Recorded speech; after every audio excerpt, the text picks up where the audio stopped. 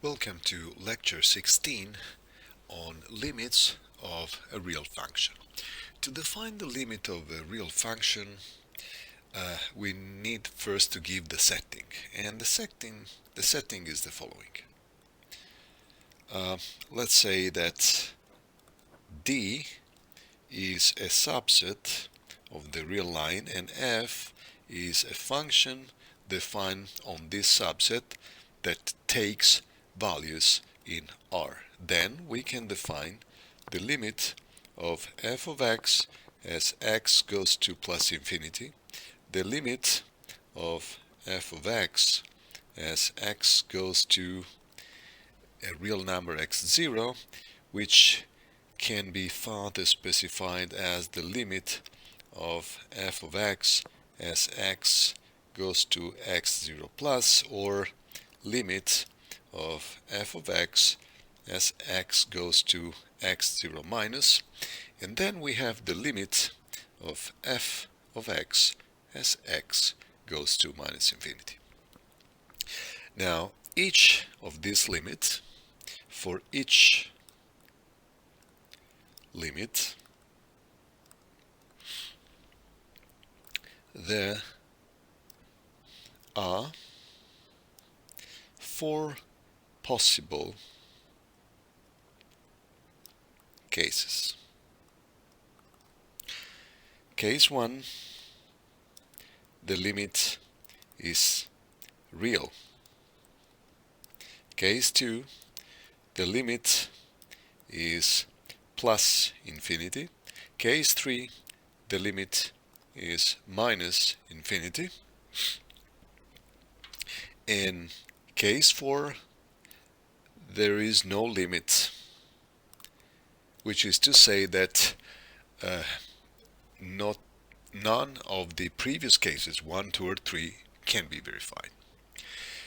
We'll start now giving the definition of all the limits, and we'll start with the limit of f of x for x that goes to plus infinity, and in particular we'll give the definition of cases 1, 2, and 3 for this limit. So let's start with the case 2, which means that the limit of f of x as x goes to plus infinity is equal to plus infinity. Now, the situation depicted by this limit is the following. We would expect a function that will gets larger and larger as x gets larger and larger. So let's first give the formal definition. For every m into the real numbers, there exists at k into the real numbers, such that for every x that belongs to D intersection with k plus infinity, we have that f of x is larger than or equal to m. Now let's see what this implies. As with all the limits that goes to plus infinity, we know that we can establish any possible barrier m. In general, this can be a very large positive number, and for each of these m that we are given, we can find a suitable real number k, such that if we just look at the x, at the real numbers to the right of k, and in particular to the real numbers that also fall within the subset of definition of f, well, the corresponding points on the graph of f of x will always stay above m. A similar definition can be given for the case 3, limit of f of x as x goes to plus infinity is equal to minus infinity. Now we would expect a function that will go down to minus infinity, and the formal definition is that for every m in R there exists a k real number such that for every x that belongs to D intersection k plus infinity, f of x will be less than or equal to m. Now we have a negative barrier, if you like. We have a barrier m. Of course, m doesn't have to be negative, but it makes more sense that this can be a very negative real number. So whatever barrier we are given, we can find a k such that for every real number to the right of k that at the same time falls within the subset of definition of the function, we know that the corresponding part of the graph will stay below the barrier m. Let's now give the definition for the case 1. So we have now the limit of f of x as x goes to plus infinity is equal to L. Now, this situation can be described by this graph. So we have now a function that might behave like this, or let's take a behavior like this. So we would expect that the function will get closer and closer to some number L as x gets larger and larger.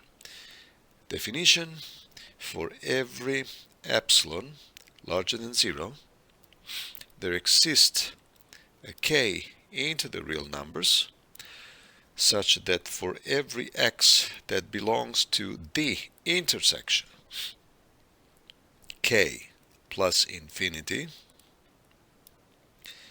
f of x minus L in absolute value will be less than or equal to m, or equivalently, this is just like saying that f of x will be between L minus epsilon, L plus epsilon, right? So this is just the same thing. Now this implies that given epsilon, and of course this can be very small, positive real number, so we can identify a channel that goes from L minus epsilon and L plus epsilon, and then we can find a k, a real number k, so that for every number to the right of k that at the same time falls within the subset of definition, this part of the graph will remain within that channel. Okay, so the first limit is now defined. Let's move to the second limit.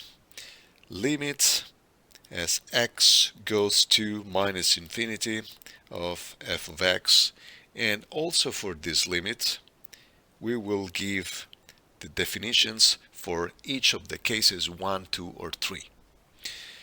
Let's start with the case 2. The case 2 is that the limit of f of x as x goes to minus infinity is equal to plus infinity. The situation now is something like this. We would expect a function that will tend to plus infinity as we move more to the left. So let's first give the definition. For every m into the real numbers, there exists a k into the real numbers, such that for every x that belongs to minus infinity k intersection d, we have that f of x will be larger than or equal to m. Again, we are given any possible barrier, let's say m, and we can then find a k, a real number k, such that if we pick all the elements to the left of k that also are within the domain of definition of f, the corresponding part of the graph will be above the barrier at m. Similar definition for the case 3 is now the limit of f of x as x goes to minus infinity is equal to minus infinity. What will be the behavior now? Well, in this case we are expecting a function that will go down to minus infinity in this way. So definition, for every m into the real numbers there exists k real, such that for every x that belongs to d intersection minus infinity k f of x will stay below m. Clearly now m can be anything, even a very large negative number. We can always find a value k such that if we stay to the left, the corresponding part of the graph will stay below m. Okay, let's go to the case 1 for this limit, namely the fact that the limit of f of x as x goes to minus infinity is equal to L, a real number L.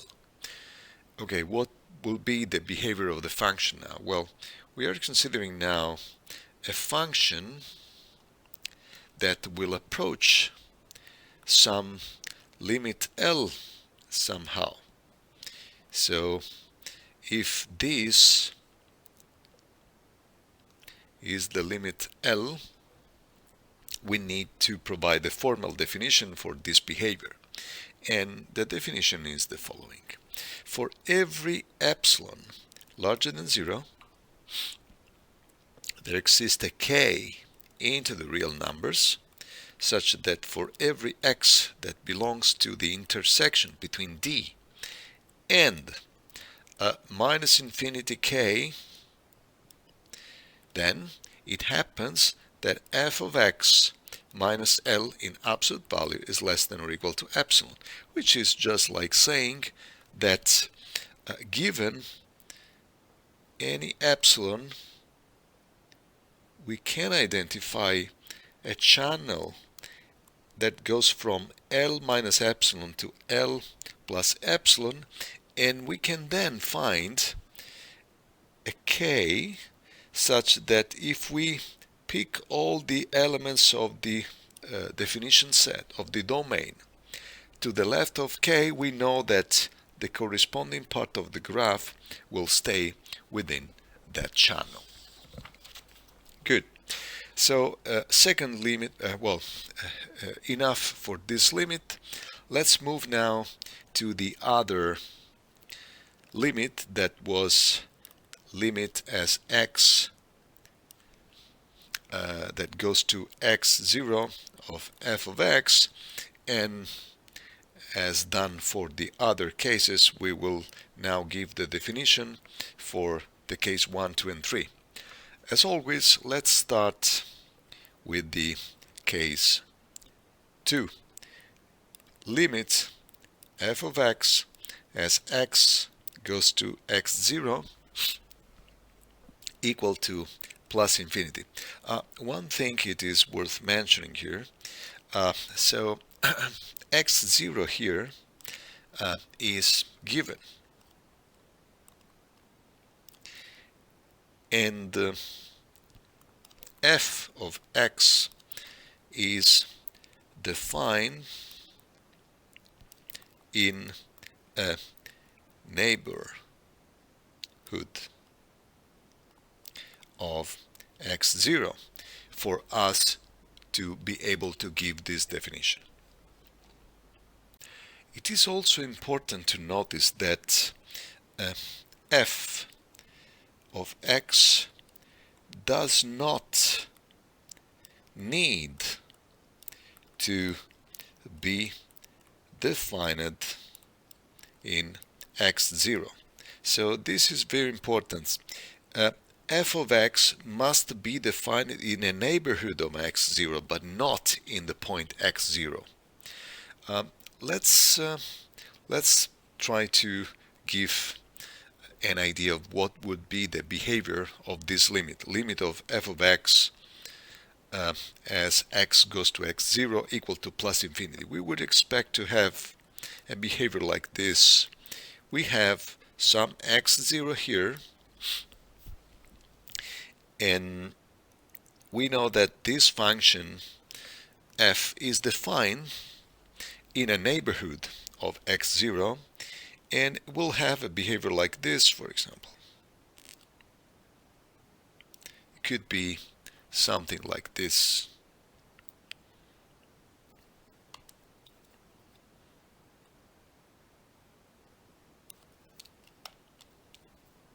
So as x approaches x0, we'll see that the function is getting larger and larger. And notice that in x0 the function can or cannot be defined, but if it is defined it could get any possible value. Okay, we want now to translate this idea into a precise mathematical formulation. So what we can say is the following, is that for every m in R, even very large, positive, there exists a delta larger than 0, such that if x belongs to D, intersection with x0 minus delta, x0 plus delta, except the point x0, then it must be true that f of x is larger than or equal to m.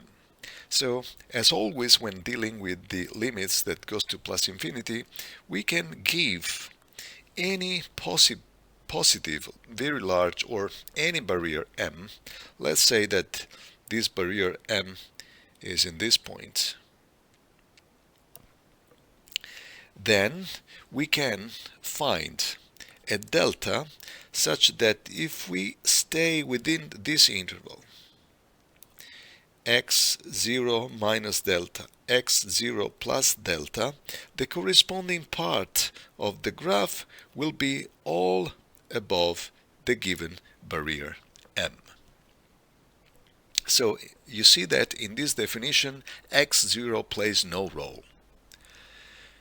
Okay, so we can now give a definition for the case 3. The case 3 is that the limit of f of x as x goes to x0 is equal to minus infinity. Well, this is going to be very similar to the previous one. What we will have now is a situation like this. There will be x0 here.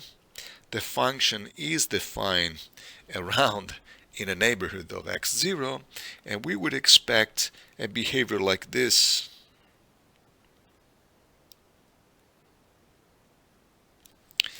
So that, and let's give the formal definition for every m into R, also very negative, there exists a delta larger than 0, such that if x belongs to the intersection x0 minus delta, x0 plus delta, without x0, then f of x will be less than or equal to m. Again, we can identify any barrier, let's say m here, and then we can find a delta such that this is going to be x0 minus delta, this will be x0 plus delta, so that if we stay within this interval, the function is always below the given barrier m.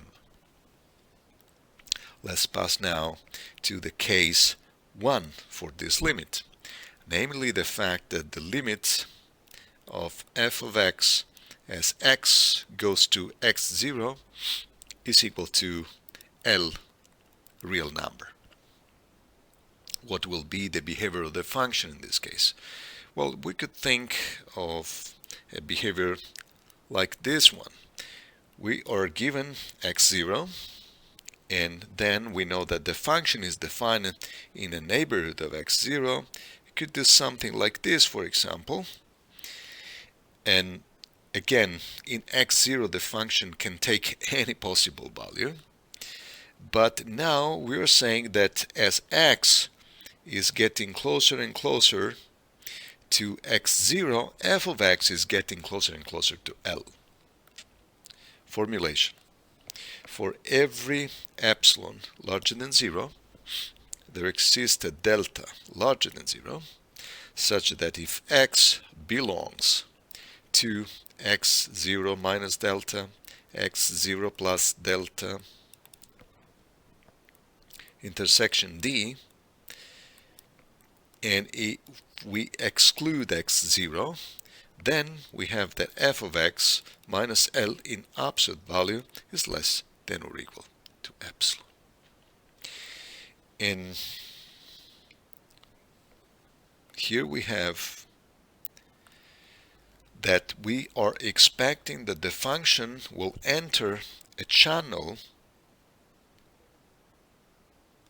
around L, a channel that goes from L minus epsilon to L plus epsilon, and then as a result of that we can find a delta such that this is going to be x0 minus delta, this is x0 plus delta, so clearly each of these is delta and delta, and if we stay within this interval, the function is all within the channel between L minus epsilon and L plus epsilon. Of course, the smaller the epsilon, the smaller the delta we would expect to get, okay, as a result of this behavior. Good. Now that we have reviewed all fundamental cases, we will explore other possibilities, because there are other possibilities, okay? There are possible variations, okay? Possible variations when evaluating limits of the function. For example, one of these possible variations is that let's say that the limit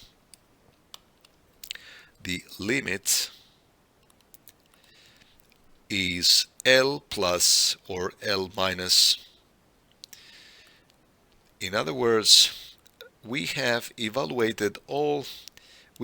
classified the previous limits to be plus infinity, minus infinity, or a real number L. It can be that the limit is simply L plus or L minus, so the function f is approaching the limit from above or from below. So let's start with the first one. Let's start by studying the limit of f of x as, for example, x goes to minus infinity, and this limit is L plus.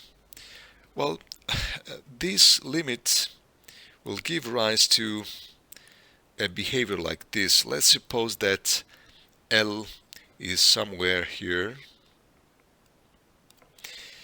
This function will approach the limit L from above in this way. We'll do something like this. We'll approach L from above. Now, formal definition. For every epsilon larger than 0, there exists a k real number such that for every x that belongs to the intersection minus infinity k, f of x will be strictly larger than L, but less than or equal L plus epsilon. So what we are saying is that now we have a channel that goes from L to L plus epsilon, and we can then identify a value of k such that for every element of the domain which is to the left of k, the corresponding part of the graph is within the channel. A similar definition can be given for, let's say that we want to evaluate the limit of f of x as x goes to x0, that turns out to be L minus, for example. Okay, so let's say we have x0 somewhere, let's say here, and we would expect this function to be defined in a neighborhood of x0, and we'll basically do something like this. We'll approach a point L, but this will happen from below. So formal definition first. For every epsilon larger than 0, there exists a delta larger than 0, such that if x belongs to the intersection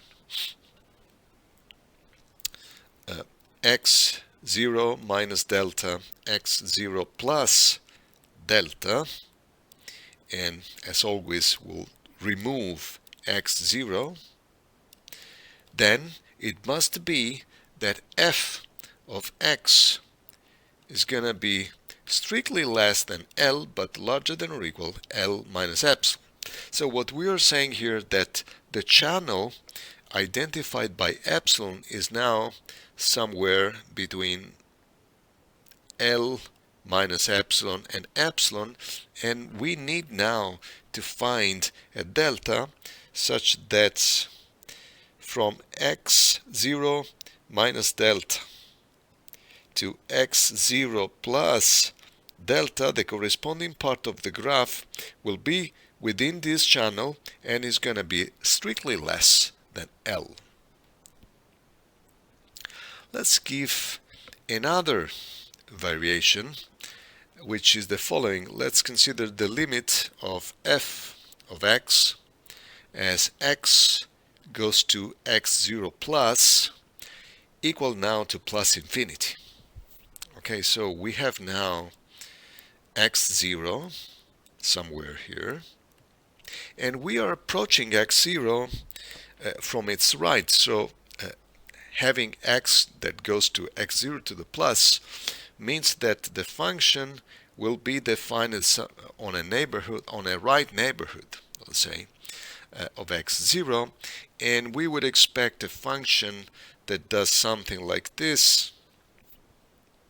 So the definition in this case is going to be that for every m real number, there exists a delta larger than 0, such that for every x that belongs to the intersection x0 excluded, x0 plus delta included in the interval, then it must be that f of x is larger than or equal to m.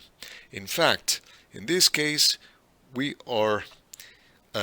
set any possible barrier M, and then we can find a delta such that if we stay between x0 and x0 plus delta, the corresponding part of the graph will be always above the barrier M that we have set. Okay. This concludes basically this review of the limits. And in conclusion, we'll give now an alternative definition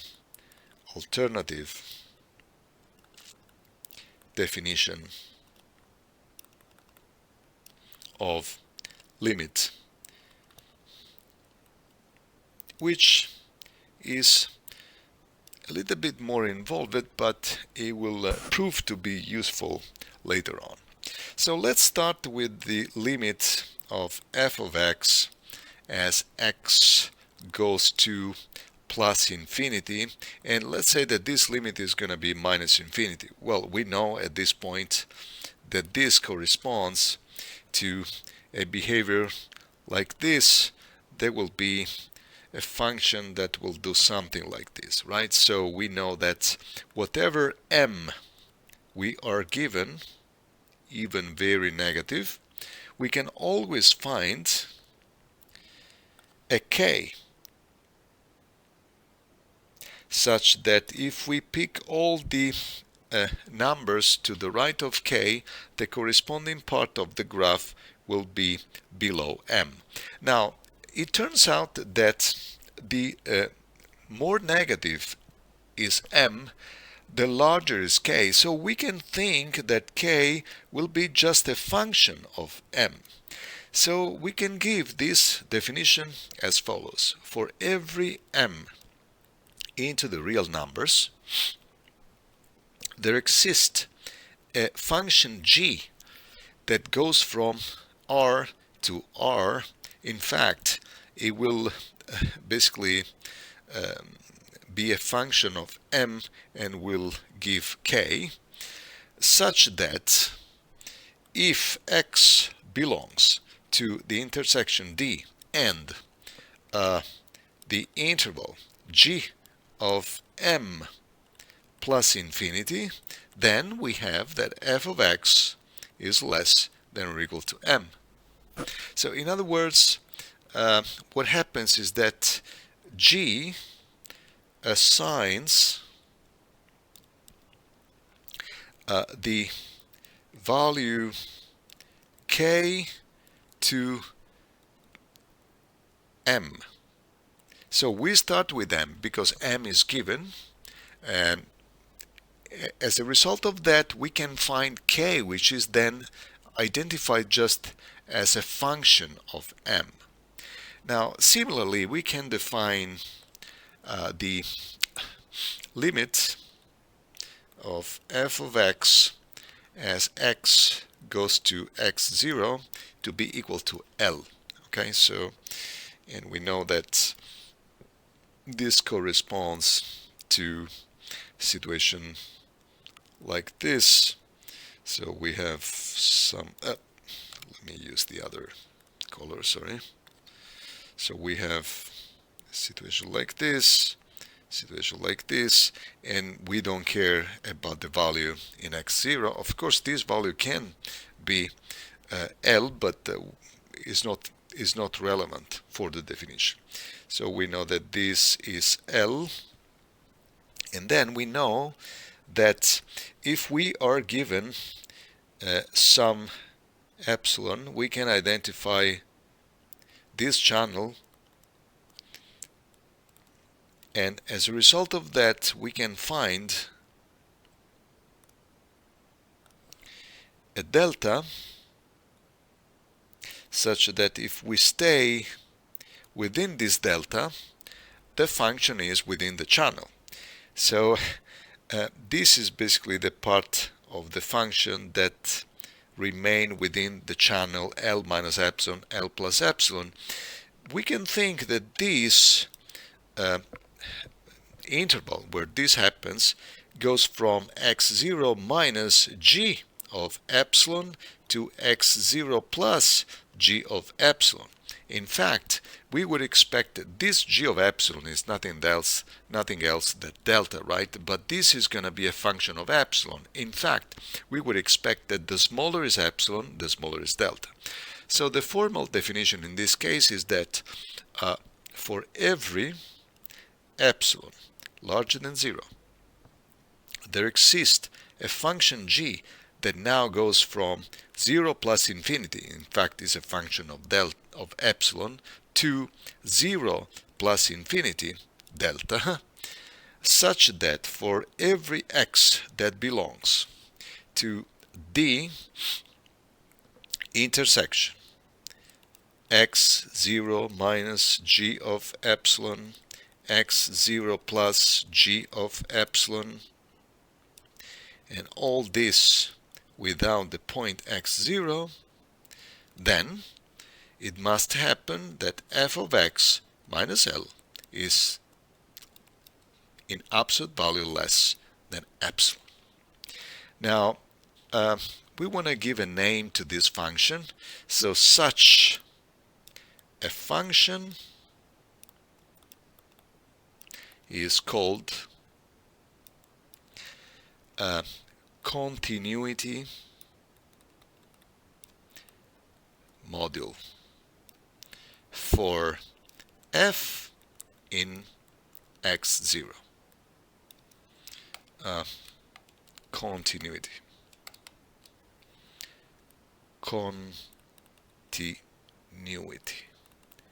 Continuity module for f in x0.